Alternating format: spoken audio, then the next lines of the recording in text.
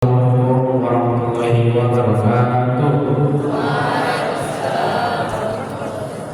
Alhamdulillah rabbil alamin, wassalatu wassalamu ala asyrofil anbiya'i wal mursalin sayyidina Muhammadin wa ala alihi wa sahbihi ajma'in, amma ba'd. Pertama-tama mari kita panjatkan puji dan syukur kita atas kehadirat Allah Subhanahu wa taala. Alhamdulillah.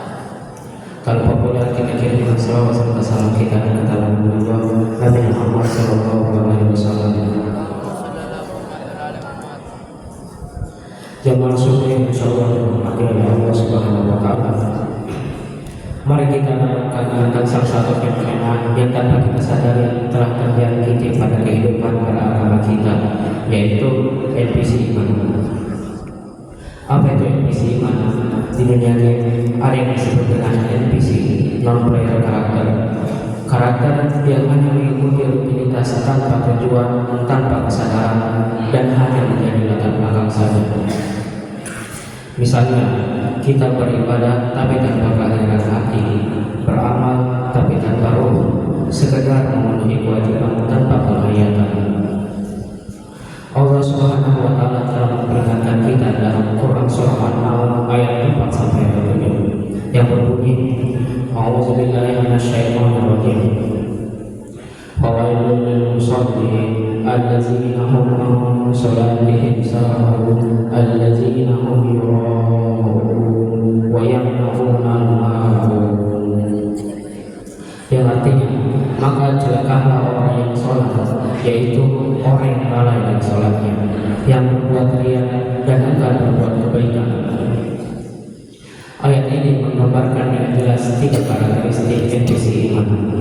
Yang pertama, sholat dengan kelalaian. Yang kedua, amal yang dilandasi dengan riya. Yang ketiga, genggaman untuk berbuat kebaikan yang bermanfaat.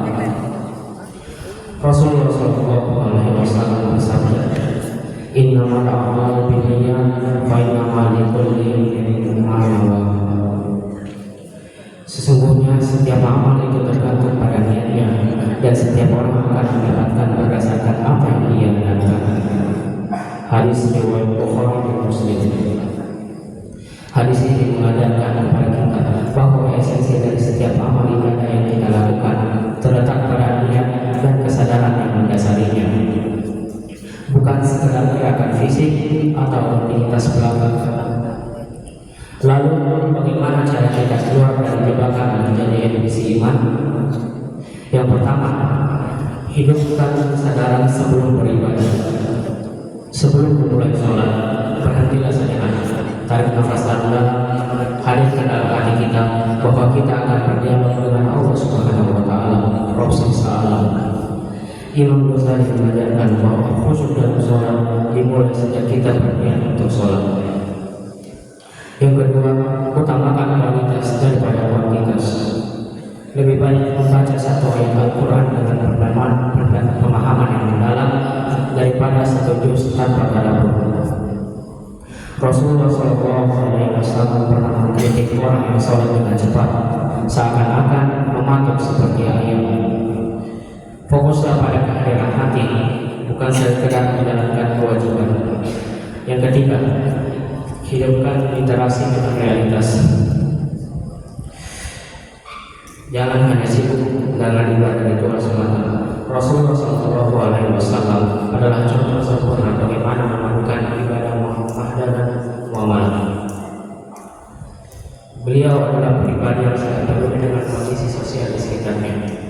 Yang keempat, jadilah ahli perubahan. Dalam sebuah hadis qudsi, Allah Subhanahu wa taala berfirman, "Hamba-Ku tidak mendekat kepadamu dengan melakukan apa yang Aku lebih cintai daripada apa yang Aku wajibkan." Hadis riwayat Bukhari. Allah Subhanahu wa taala berfirman dalam Quran surah Al-Baqarah ayat 256 yang berbunyi, "La yukallifullahu nafsan illa wus'aha." Yang artinya, Allah tidak membebani seseorang kecuali dengan batas kesanggupannya. Ayat ini menjadi pengingat bahwa Allah Maha mengetahui kapasitas kita. Kita tidak diminta untuk menjadi sempurna sekaligus,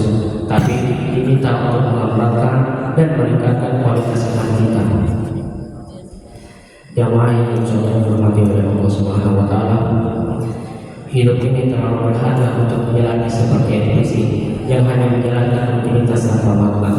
Allah Subhanahu wa Ta'ala telah menganugerahkan kita akal, hati, dan kesadaran. Maka hidupilah setiap detik kehidupanmu dengan penuh makna. Mungkin itu saja yang saya sampaikan, kurang dan lebihnya mohon dimaafkan. Assalamualaikum warahmatullahi wabarakatuh.